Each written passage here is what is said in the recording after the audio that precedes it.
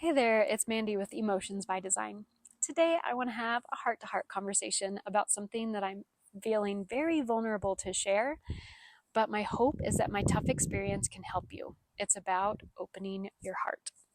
You see, this past weekend I found myself experiencing an emotional breakdown. And as I unpacked everything that came up and out during about 2 hours of crying, I realized there was a pattern with a lot of the difficult things that came up for me, a life lesson for me to learn. And it was all about how to open my heart to receive love. But it's not always easy, is it? I've been afraid to open my heart because of many of the experiences I've had. Love has been associated with pain and hurt. Someone would say, I love you, and then be really hurtful to me. I also learned to not trust love. A couple of people said they loved me one day, and the next day they didn't love me anymore. Then, to appease a former spouse who was gaslighting me, I told them I loved them when I wasn't sure I did anymore because I was so afraid of how they would react if I told them the truth. Over the last several days, Jason and I have been working through many layers of my definitions around love. So I wanted to share with you some of the practices I've been using to help me work through a lot of difficult things, and I know this can help you too. So the first thing is to work through things in small doses. For me, I learned an hour is my max. After that, I get overwhelmed and start closing back up because it's too much to process.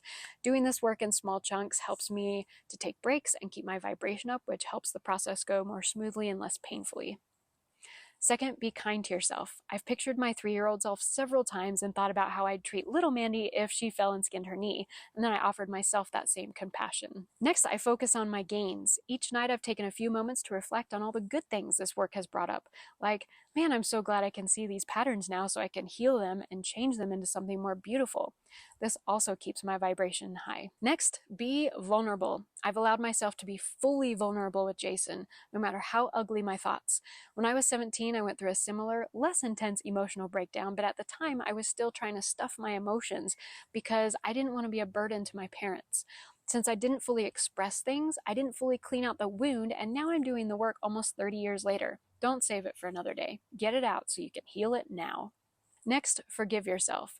As I was crying and knew we probably weren't going to make our flight to an event we were supposed to go to, I felt so much guilt and remorse and anger towards myself.